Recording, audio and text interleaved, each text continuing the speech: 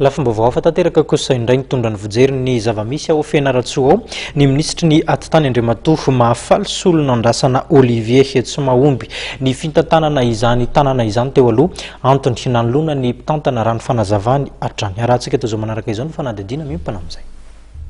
Fanapahan-kevitra lojika amin'ny raharaham-panjakana ny fanolonana fanesorana olona amina andraikitra iray. Ankoatr'izay dia ny tsy fandehanan-draharaha teo anivon'ny fitantanan'ny komuna Ambonivohitra Fianaratsoa no anisan'ny antony nanolona ny PDS ny tanàna ny Fianaratsoa raha fanazavana ny eto ministry ny atitany mahafaly solona andrasana Olivier raha nanontaniana momba io raharaha io ny tenany androany. Jery ny zavatra nisy tany Fianaratsoa tsika dia hoe ohatrany metsika toerana moapampana li izy nefa zavatra normal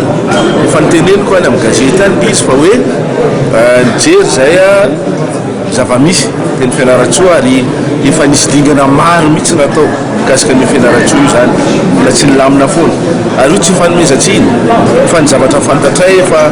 folo volana zay dia mikatso ny raharaha teo anivon'ny commune Andrenivohitry ny Fianaratsoa ka ahoana moa no anekeny fitondram-panjakana zay mieritreritra azy hoe ho tandalana tsy aka fanapahan-kevitra satria lasa fakanosanako koa zany ho an'ny fitondram-panjakana tsy fakana fanapahan-kevitra zay nahatonga an'izy hoe tsy sanction na fanasiana zinan'izaniza fa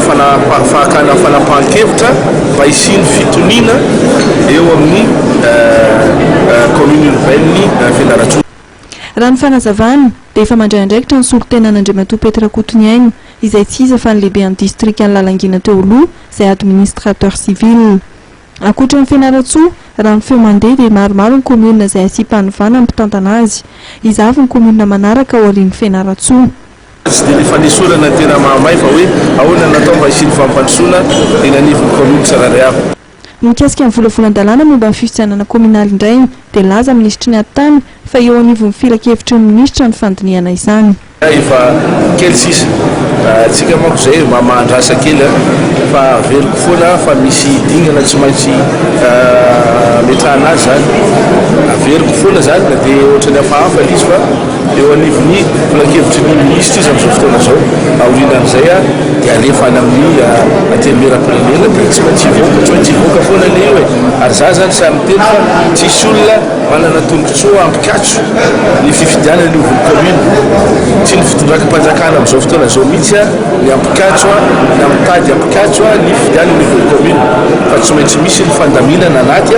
tsy maintsy misy ny fandaminana zay iverina fa hitondra fitoniana eto Madagasikara zay ny tena tanjony le fitoniana ary miteny foana hoe ahoana natao mba azona lalàna maharitra amin'izay fa tsy lalàna natao androany dia tsy pahana rapitso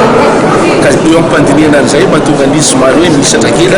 fa tsy maintsy hipetraka zay zavatra zay. Raha nambarany teo anivon'ny senita dia tokony hivoaka farafatarina amin'ny tsy fiandohan'ny volana Jolay ity ny lalàna rehetra mifandraika amin'ny fanatanterahana amin'ny fifidianana ben'ny tanàna raha tiana ny hanatotosana izany amin'ny taona 2024 ity.